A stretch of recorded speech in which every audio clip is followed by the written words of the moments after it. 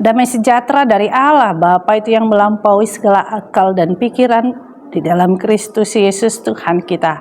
Amin. Adakah yang tersembunyi di hadapan Allah sebagai Allah yang penuh dengan hikmat, yang mengetahui segala hal yang berbeda dengan manusia? Tidak ada yang pernah bisa tersembunyi dari Allah.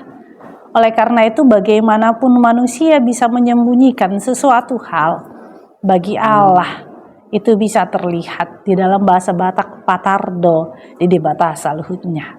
Oleh karena itu tentu itu menjadi renungan kita hari ini ketika Daud dalam Mazmur 32 ayat 5 katakan, dosaku kuberitahukan kepadamu dan kesalahanku tidaklah kusembunyikan.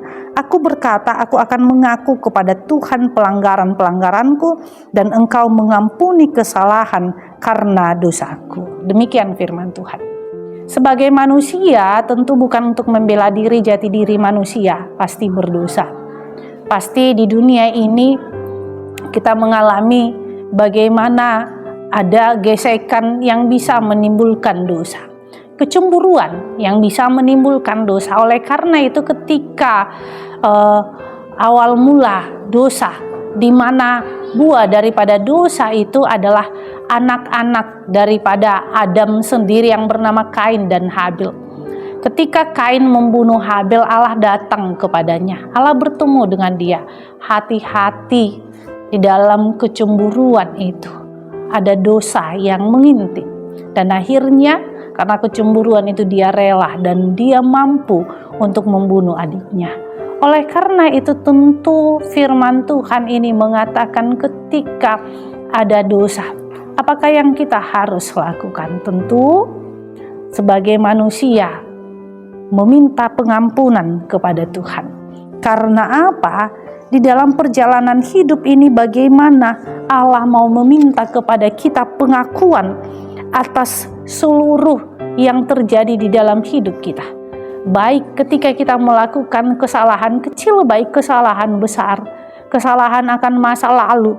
Disitulah kita datang kepada Allah, mengakui segala dosa dan pelanggaran-pelanggaran kita. Oleh karena itu kita meminta pengampunan kepada Tuhan. Karena apa? Karena kita tahu bahwa pengampunan itu melahirkan perubahan hidup di dalam pikiran kita. Ketika kita mengetahui Allah sudah mengampuni dosa-dosa kita, disitulah orang-orang percaya dia mampu menyaring apa yang mampu dia beritahukan dan tidak beritahukan. Dia mampu menyaring apa yang harus dia perbuat tanpa tidak harus melakukan dosa yang menyakiti hati satu sama lain. Di dalam pembaharuan itulah dia meminta kekuatan kepada Tuhan. Oleh karena itu, ketika pagi hari pasti pintu dosa akan selalu terbuka untuk kita lakukan.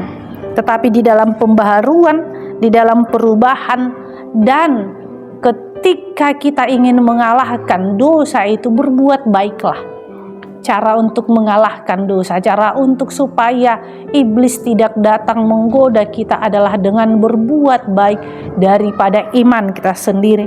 Sehingga kita dilahirkan baru oleh Allah. Ada perubahan di dalam hidup kita. Karena apa? Allah selalu memberikan pengampunan dosa kepada kita. Oleh karena itu ketika Allah sudah mengampuni dosa kita, jangan berbuat dosa lagi. Amin. Kita bersatu dalam doa. Terima kasih Tuhan Yesus buat anugerah-Mu, ajar kami tidak berbuat dosa lagi. Sertai setiap pekerjaan umat-Mu, dan biarlah Engkau menguatkan kami, dan kami menjadi pribadi yang kuat. Dalam nama Yesus Kristus kami berdoa padamu. Amin. Anugerah Tuhan kita Yesus Kristus dan kasih Allah dan persekutuan Roh Kudus itulah yang menyertai kita. Amin.